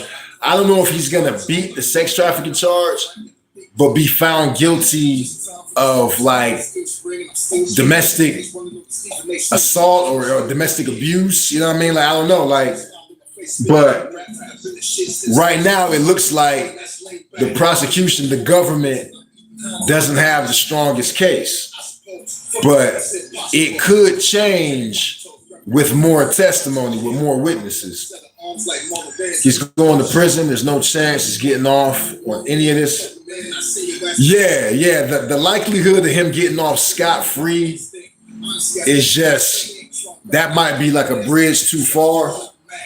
But it looked a lot worse for Diddy before the trial started. At this point, again, the tide could change. You know what I'm saying? Like, take a look at it. If you look at my life, but right now, like a lot of the criminal justice pundits, the journalists that are covering this shit, the reporters that are covering this, based on their accounts, based on what they're saying, it don't look so bad for Diddy. It don't look great, you know what I mean? Because obviously he's in fucking trial in federal court, but it don't look as bad as it once looked. You know what I'm saying? Like, so this is some of the craziest shit, man. And again, this is a dude that, you know, I've been aware of this dude my whole life. You know what I'm saying? Because, you know, I grew up listening to hip hop at a time where he was a big, you know, fixture, you know, a big pillar of hip hop. You know what I mean? Because a lot of hit records came out of Bad Boy Records. A lot of hit records came out of the Bad Boy camp. I think it couldn't look any worse for it. I think he couldn't look any worse. See, the reason, and obviously, like, I'm not a lawyer, I'm not a paralegal, you know what I'm saying? I didn't go to school for fucking, you know, criminal justice or anything like that. But again, these are like a lot of the journalists or the reporters that have been covering the trial up until this point, like thus far, they're former prosecutors and former defense attorneys themselves. So former attorneys, like actual attorneys, them lawyers, are saying that the prosecution looks worse than the defense. You know what I'm saying? Like, that's not my opinion. That's the opinion of the professionals. They're like, yo, it looks like, you know what I mean? Like it could look a lot worse for Diddy. And it could get worse for him, you know. It could get worse for him very, very soon. Because I don't know who else is going to be called to testify. Like right now, there's speculation about whether or not Kid Cudi is going to testify. If Kid Cudi testifies, that would be crazy because the connection between Diddy and Cudi is Cassie, and allegedly Diddy was responsible for exploding Kid Cudi's fucking car. You know what I mean? Like, one of Kid Cudi's cars was like allegedly blown up mafia style by Diddy. You know what I'm saying? So if Kid Cudi testifies, if Kid Cudi gets on the witness stand, shit would look a lot worse for Diddy. You know what I mean? So I don't know. It's surreal. Like, even talking about this shit is surreal. It's very, very surreal. I remember when Diddy was indicted. I remember when his homes, both of his homes were raided. And the report was Diddy fled the country. So the thought was that, oh shit, like Diddy's gonna flee to a fucking non-extradition country and hide, you know what I'm saying? Just hide for the rest of his life. But obviously he didn't do that. And the fact that Diddy didn't do that, you have to believe that that was based on the advice that he got from his legal counsel, from his attorneys, that they're the ones who told him, like, hey man, instead of just trying to like disappear on some Kaiser Soze shit, you should probably fight this. And the reason, and this is the big thing, when Cassie got on the witness stand, and she's not gonna return. Cassie's not gonna be called back to testify again because as the way they worded it, she's heavily pregnant.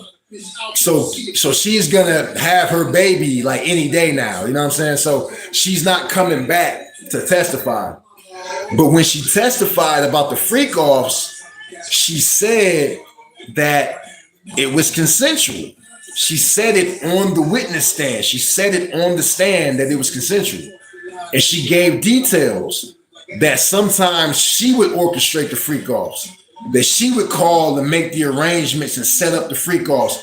So the fact that she said that, you know what I'm saying? Like, it makes her look crazy.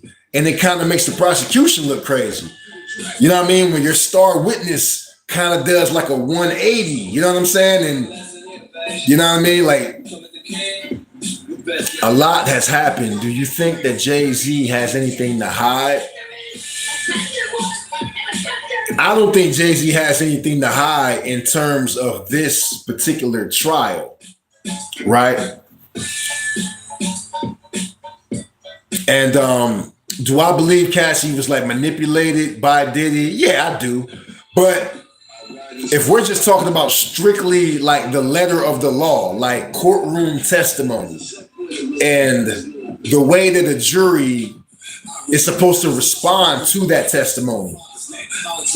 Because if you're a juror, I mean, you're a human being, right? So it's impossible for you to completely divorce your emotions from the verdict. But at the same time, that's what lawyers and that's what a judge would instruct a jury to do. They would instruct you, hey man, based on the law, based on legal precedents, the fact that Cassie said that she consented to the freak offs and that she basically hosted some of the freak offs, as a juror, you have to take that into consideration. So when she says that she consented, even if in your heart of hearts you believe like, well, she was manipulated. Once she says that she consented and that she did enjoy some of them and that some of the freak offs were her idea, once she says that, the fact that she was manipulated kind of goes out of the court. You versus a consent 100 times. If you say, you got to retype that, bro. You versus.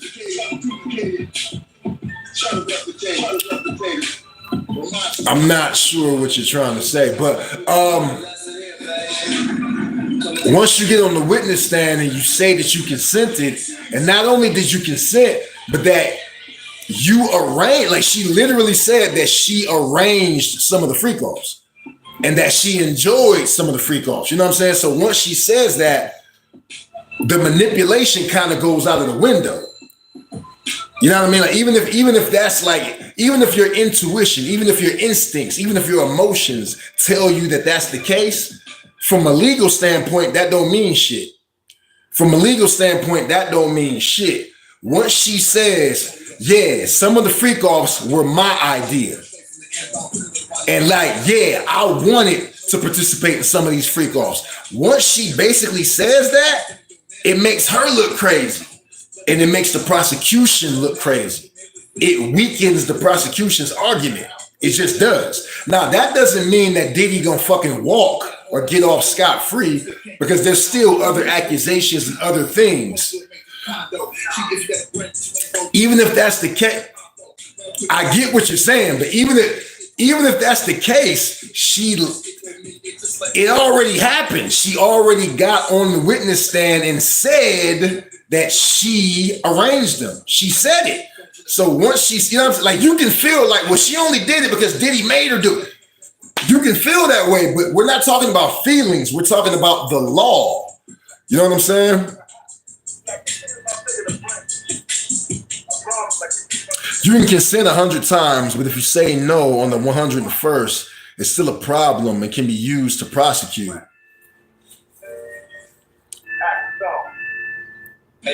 That's gray area. That's not that black and white. It's not.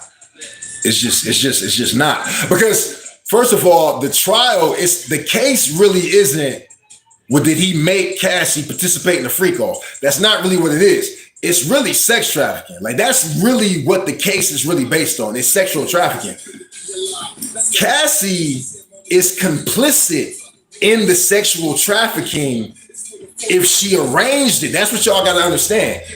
If Diddy is guilty of sexual trafficking because he brought in sex workers for the freak off, once Cassie admitted that she personally arranged some of the freak offs, now, and I'm not saying that this is how I feel, my nigga. I'm talking about the law. I'm talking about the eyes of the law. In the eyes of the law, once she says that she arranged the freak offs, Now she's just as guilty as Diddy is. Like, that's how it looks in the eyes of the law. That's how it looks in the courtroom. You know what I'm saying? Like, once she says, like, yeah, man, I got on the phone and I called some sex workers and I arranged for the travel and all of that shit. Once she says she does that, when she did that, it makes her culpable. It's culpability. It makes her complicit. So once she's found to be complicit, it kind of ruins her case as far as the sexual trafficking goes. Now, if we're talking about domestic assault, if we're talking about sexual assault, if we're talking about domestic abuse, then that's still on the table. It's still on the table that, yes, Diddy assaulted Cassie, because there's clear evidence that he assaulted her. We all saw the video in the fucking hotel. You know what I'm saying? So that's a different charge. That's a different potential conviction. You know what I mean? That's a different thing. So is it still on the table for Diddy to be guilty of like assault? Yeah. I don't, if he's forcing her to continue to. That's not how it works, man. That's not how it works. You can't say, if me and you are serial killers, me and you are killers, right? We're buddy killers. I can't say, yeah, man, me and you killed 10 people. And it was my idea to kill 4 of those people. But on the 10th person, I didn't want to do it.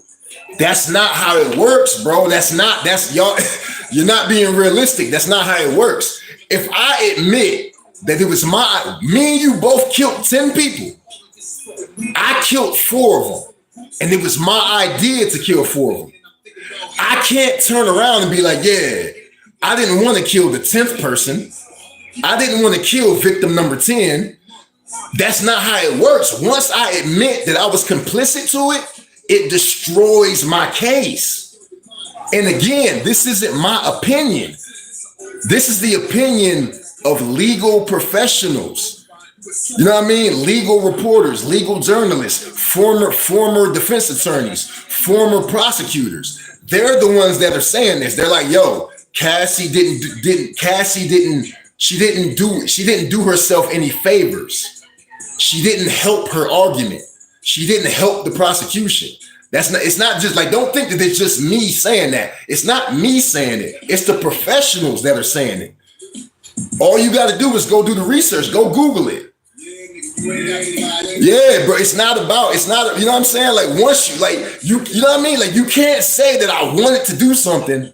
And you know what I mean? Like you're not wrong in terms of no means no. You're not wrong. Because you are right. The moment you say I don't want to do it, it's supposed to stop. But it's the chain of events. It's the order. It's the chronology. It's the chain of events. Once the fact that she came out, she hasn't helped watching. She hasn't helped watching it at all. Yeah. Like if Cassie gets on the witness stand and she straight up is like, I never wanted to do it. I was terrified. I was mortified. I was horrified. I was petrified. A whole bunch of other fights. You know what I'm saying? If she gets on the witness stand and she says that, then it's pretty much Diddy is cooked. You know what I'm saying? She's pretty much cooked, or he's pretty much cooked. But when she gets on the witness stand and says that she was with it, that she was with the shit, you know what I'm saying? The fact, you know what I mean? Like it muddies the water. It muddies the water is the term for it. You're muddying the water because now it's like it's hard for anybody to believe that you didn't want to do it. You know what I'm saying? It's like if my favorite snack is popcorn and I went to the movies and I was eating fucking just buckets and buckets of popcorn. And then when the fucking concession stand, or when the fucking what would you call them? The concession stand worker or the cashier. I don't know what you call people who work at the movie. The attendant, the movie attendant. If the attendant at the movies brings me, my last bucket of popcorn, I can't then turn around and be like, man, I hate popcorn. You forced me to eat this popcorn. It's like, motherfucker, we all clearly saw you come to the movies and order 99 buckets of popcorn. You know what I'm saying? We saw you. We saw you on video. We saw you come to the movie theater, come to the concession stand and buy 99 fucking buckets of popcorn. You can't. Damn, I don't know if anybody else is in there. Can I get anybody back in here? She hasn't helped watching it at all.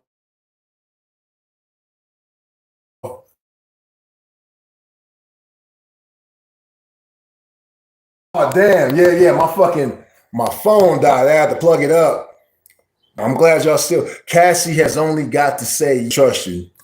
Yeah, like I get feedback, and I want to, now again, you never know what's going through a juror's mind. From what I've read is that or what I've seen based on other people that were reporting on this, what I've seen is that the jury is 8 males and 4 females. So those 4 females, it might be there's no might about it. For the 4 females, it's going to be much more personal for them. You know what I mean? It's going to be much more personal for them. I mean, some females have more of like a man's mentality, like Steve Harvey book, think like a man. Some women do think like a man. You know what I'm saying? Like some women, like there are women out there that don't feel like. There are women out there that don't automatically believe other women. Like, let me put it like that. You know what I'm saying? Like, so even though she said she enjoyed some of it, I still believe everything she said, though. But it's the interpretation of the law, which is very black and white. Yeah,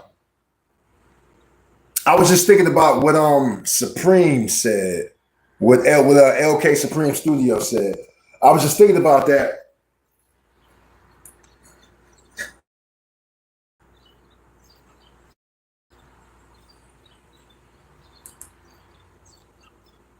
Trying to get some music playing, so I'm not just sitting here talking. No means no scene of the crime. That's what I was trying to explain. No means no. Like if a man is trying to, if he's trying to force himself on a woman, and right then and there she's like, no, I don't want to do this, and then she calls the cops, and then she decides to move forward and press charges. But it starts to get kind of hazy. It starts to get kind of dicey. It starts to get kind of fucking muddy when you were complicit and consent, and you were consenting, and then at some point, like at some point along the timeline, you then changed your mind. You know what I'm saying? Like it's that's a lot harder to really prove in court versus all the authorities and press charges against somebody the moment that they force themselves on you. You know what I'm saying? And because Cassie didn't do that, I think like a man. I'm very logically minded, and there are some women I wouldn't believe. That's interesting. Yeah, because okay, so you already understand, like there are women out there that think that way. Like there's a lot of women out there that are very skeptical of other women, and they don't necessarily let their emotions interfere with their critical thinking skills. You know what I mean? Or I don't know, interrupt or tamper with their fucking critical thinking skills. Because a lot of women do that. You know what I'm saying? Like even a highly intelligent woman, at times she will let her emotions kind of overcome her more so than a man. There are emotional men do exist too, but a lot of men, men are pretty good at compartmentalizing our emotions. You know what I'm saying? Like we're pretty good at like taking our emotions and kind of like bottling the motherfuckers up and moving forward. I knew Amber Heard was lying from the get-go. Yeah, Amber Heard, like Amber Heard had like Cassie's case is so much stronger and so much more, you know, believable, you know, or you know, fathomable, you know what I'm saying, than what Amber Heard was going for. Amber Heard just successfully like blackballed herself, which is crazy, you know what I'm saying? Like she tried to hashtag Me Too Johnny Depp, and all she did was cancel herself. You know what I'm saying? Like it's crazy. It's crazy as fuck. I think the last thing she was in was Aquaman 2. I didn't even see Aquaman 2. I heard it wasn't that bad, actually. I heard it wasn't complete garbage. But anyway, yeah, man. Cassie, but I mean, Cassie's testimony is out there now. You know what I'm saying? Like, because she's so close to her due date, she's not coming back to testify. So whatever she said is like, it's basically written in stone at this point. You know what I mean? Like there's gonna be no follow-up. So now, and I think people assumed that Dawn Richard's testimony would be a lot stronger. But from the reports that I watched and read, or I haven't done a lot of reading on the case yet.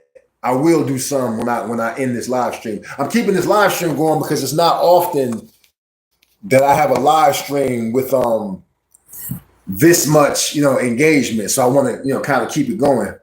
A lot of times, like I was explaining a couple minutes ago, the live streams can be super hit or miss. They can be super hit or miss. So when you got a live stream that's flowing, you know, you kind of want to keep that shit going.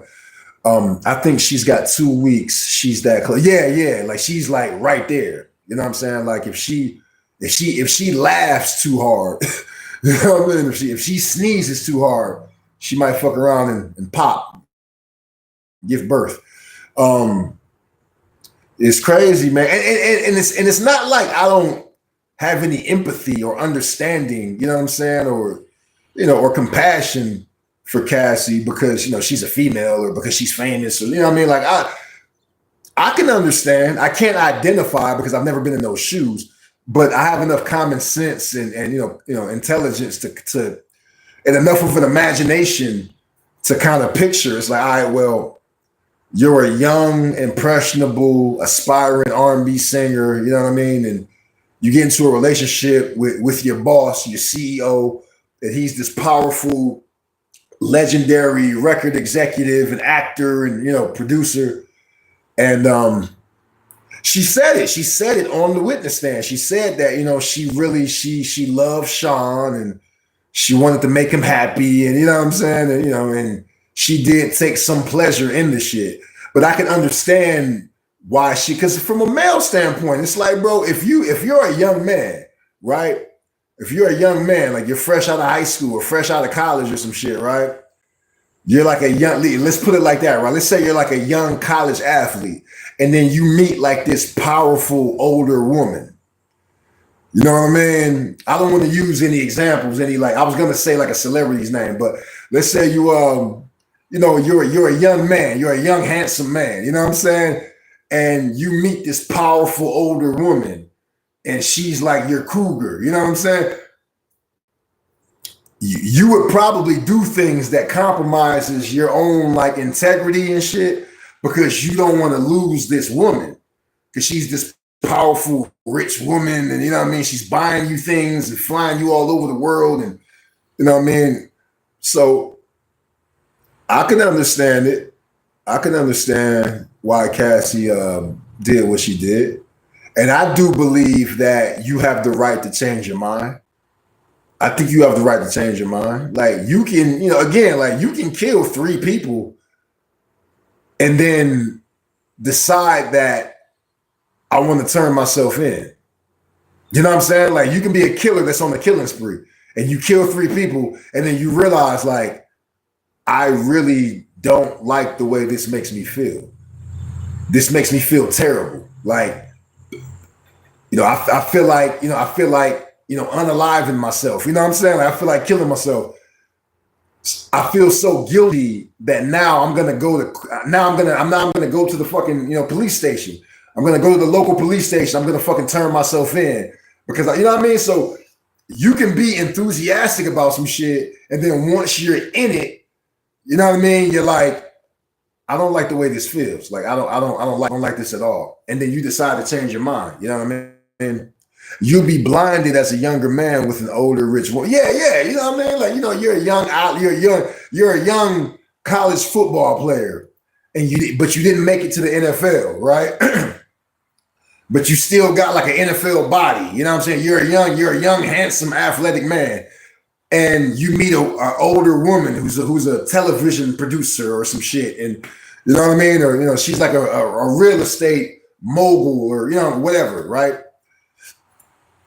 You wouldn't just sacrifice that. You wouldn't, you know what I'm saying? Even if she was fucking crazy, you know what I'm saying? Like, if she did things in the beginning to make you feel special and to make you feel loved and to make you feel chosen and to make you feel seen and to make you feel noticed, you know what I'm saying?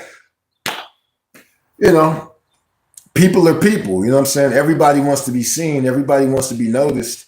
I'm not talking about by the public necessarily. Like I'm not talking about clout chasing. I'm talking about that very human urge to connect with people. You know what I'm saying? Like, because human beings, we're tribal. You know what I mean? Tribalism is a real thing.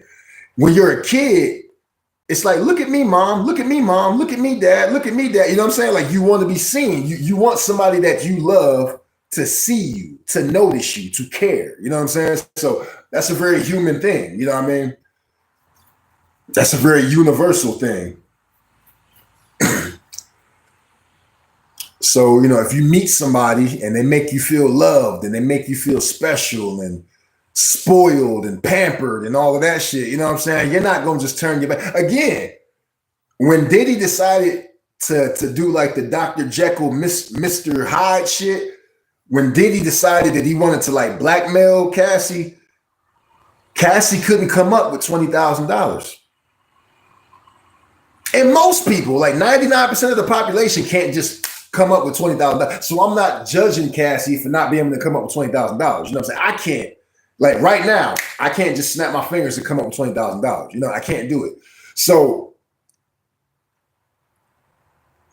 the fact that she couldn't do it tells you what her financial situation was. You know what I'm saying? Now, if you're not now, this just popped to my brain, right?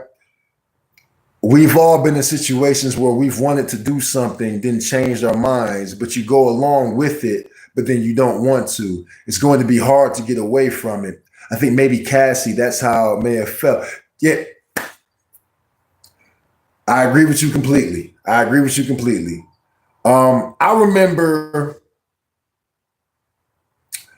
I participated in a heterosexual, like, sexual act with a friend of mine and a woman, right? And the first time I did it, it was like, oh, okay, this is kind of sleazy, but it's kind of like porn, so fuck it, you know what I mean? But then when there was a chance to do it a second time, I backed out because I didn't like the way, you know what I mean? The more time I had to think about the first fucking encounter, the more time I had to think about that shit. Like, I was like, you know what I mean? The more I had to stew on that shit, I'm like, yeah, I don't really like the way I felt after that. Like, I don't like the way, you know what I'm saying? Like, and I didn't get violated and no shit like that. You know what I'm saying? It was a heterosexual thing, but I still didn't like the way I felt. You know what I mean? I felt kind of dirty after doing it. You know what I'm saying? And this happened when I was like, 20 years old. This happened like half a lifetime ago. But to this day, I still feel kind of like, ugh. You know what I'm saying? Like, ugh, why'd I do that shit? And so there was a chance to do it a second time. And the second time, I backed out because I'm like, this feels nasty. You know what I'm saying? This feels sleazy. This feels gross. I don't want to do it again. So I backed out. Like, I literally backed out. Like, I literally left the room, left the situation, and I went and sat in the car. You know what I'm saying? I let my friend have fun with his fucking girl or whatever. You know what I'm saying? Like I literally got up, left the fucking room, and went and sat in the car and was like, "Yo, I don't want to do this. I'm cool. Like fuck this shit. Like this shit is whack. I don't want this shit is whack. I don't want to do this shit." So I'm being very transparent right now. You know what I'm saying? Like that's a true story. It happened when I was in the military. I was stationed in Fort Hood, Texas at the time. You know, it was my first time leaving home and seeing the world and, you know, meeting women from down south and all of that, you know what I'm saying? And, you know what I mean? And like, that's a true story that happened. You know what I mean? The second time there was a chance to do it, I'm like, oh, this feels nasty. I don't want to do this because it didn't sit right in the pit of your stomach. Exactly. So I give, you know, I think you can afford someone grace. You know what I mean? You can afford grace to somebody. You know what I mean? Now, if you do it willingly, if you start, you know, if you start to kind of, I guess, oscillate, if you start to like go back and forth on this shit, like where the first time I did it, you know, I was excited about it. And then the second time, I didn't really want to do it. But the third time, you know, I regained my confidence and I regained, you know, my fucking, you know, my wherewithal. And I was okay with it the third time. Like, if you start doing that shit, then that goes back to the point I was making where it's like, that doesn't look good from the prosecution standpoint. From the prosecution's vantage point, that's not good. You know what I'm saying? It's like, it's much better just from a legal standpoint if you can say, I never willingly participated in this sexual act. You know what I'm saying? Like it's a much stronger case, stronger argument, stronger testimony if that's the nature of the testimony. You know what I'm saying? Everyone makes mistakes, but it's whether you learn from it. That's what counts. Exactly. They say once is a mistake, twice is a choice. You know, once is a mistake, twice is a choice. You know what I'm saying? Or, you know, something like that. I might be fucking that up. You got 6 people. 6 people in here. Hold on, man. This is anybody in there? 7? Okay. Yeah, man, I have to play some music. It feels weird sitting here with no music playing. Plus, you know, I'm killing 2 birds with 1 stone. 3 times makes you a stupid motherfucker. Yeah, you know what I mean? If you do it a 3rd time, it's like, what the fuck? Like, you know, it's like you keep doing this. You know what I mean? It's like, you know, if you have a habit, whether it's tobacco or weed or, you know what I mean? Like, there's been plenty of times where I was like, okay, I'm done smoking weed. And then I quit for weeks and then I smoke again. I'm done smoking weed. I quit for months and then I smoke again. You know what I'm saying? It's like at some point you have to just own the fact that this behavior, that this lifestyle is self-destructive.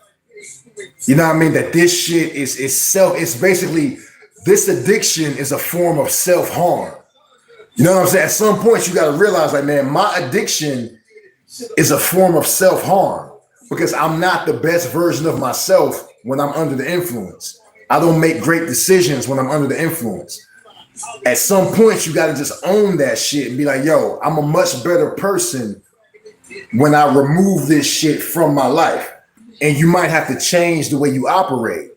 You might have to change your location. You might have to change your circle of friends. You might have to, you know what I mean? You might have to change your habits and give yourself something to do to occupy the time that you once spent doing something that was detrimental. You know what I'm saying? At some point, you got to make that decision. Like, man, I got this habit and I'm functional when I'm under the influence, but I'm not optimal. You know what I'm saying? It's not about being functional. It's about being optimal. You know what I mean? Are you okay with just barely getting by? Or do you want to do great things? Do you want to do all the shit you dreamed about doing when you were a fucking kid? You can't do all of that dream chasing, you know, if you build it, they will come. You can't do all of that inspired, aspirational, you know what I mean, like dream chasing shit if you're not trying to be the best version of yourself as much as possible. You can't be the best version of yourself 24/7, 365. You can't do it. You can't. At some point, you got to give yourself a break. You know what I mean? And you got to give yourself an outlet, give yourself, you know, a way to relax, a way to vent, you know what I'm saying? Like a way to decompress, a way to unwind. You got to do that, right? But if you're the best version of yourself, the majority of the time, good things are just naturally going to happen. When you're being the best version of yourself, like 25% of the time, great things ain't going to happen for you. You know what I'm saying? And I can say that from personal experience. You know what I'm saying? The times in my life where I've been as disciplined as possible, well, like I'm always in the gym. I'm always in the book. I'm always reading. I'm not going out. I'm not chasing females. I'm not chasing pussy. You know what I'm saying? Like I'm spending as much time as possible with my family. When I'm living a very disciplined lifestyle, great things happen. Like it's almost miraculous. You know, it's like the universe just delivers shit to me. When I'm not being the best version of myself, a whole bunch of just goofy ass shit starts to happen. Just a bunch of just dumb, goofy, silly shit happens to me when I'm not being the best version of myself. You know what I mean? I think the men on the jury will have a hard time reading between the lines and believing Cassie, but that's a man's logical brain. I don't disagree with you. I think you make a good point. LZ Hunt, 2004. I wasn't trying to ignore you. How you doing? What's up? Appreciate you for stopping by, joining the stream. Hit the like button, subscribe to the channel, please. Let me know where you're from. Let me know how old you are. Let me know what you do for a living. Also, check out the Fire Breathing Dragon Files. If you like dope ass rap music, if you like hip hop, if you like dope music, check out the Fire Breathing Dragon Files playlist. That's some of my music. That's some of my music that you hear in the background right now. I just moved into my new apartment, my little man cave. So I got some of my furniture, but not all of it. I still got to go get my TV. I got to go pick up, you know, my sectionals and all that shit. So right now I'm just I'm living like a young bachelor.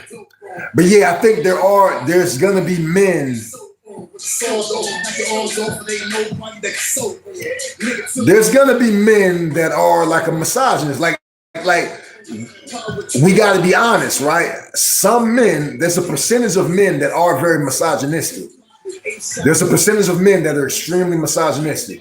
You know what I mean? That they don't really empathize with women. There's a percentage of men that kind of see women as objects. That's a real thing. You know what I'm saying? And it's weird because it makes you go like, how do you turn out like that?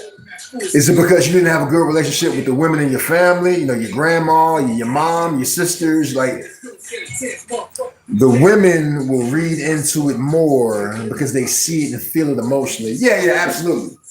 Absolutely. Absolutely. I don't think there's a world where Diddy is gonna go home. You know what I'm saying? I don't think that's gonna happen. But right now, at the moment, it doesn't seem like he's as deep in the shit as we thought he would be. But that can change because this is an ongoing trial. You know what I mean? So it could get worse. You know what I mean? It could get a lot worse.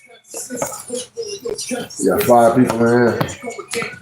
But yo, I really, really appreciate everybody that came by, man. This is like one of the best live streams I've ever done. There was a lot of engagement. I met a lot of new people. Please subscribe to the channel. I'll be back. I'm hungry as fuck. I gotta go get something to eat. Only on the store while it's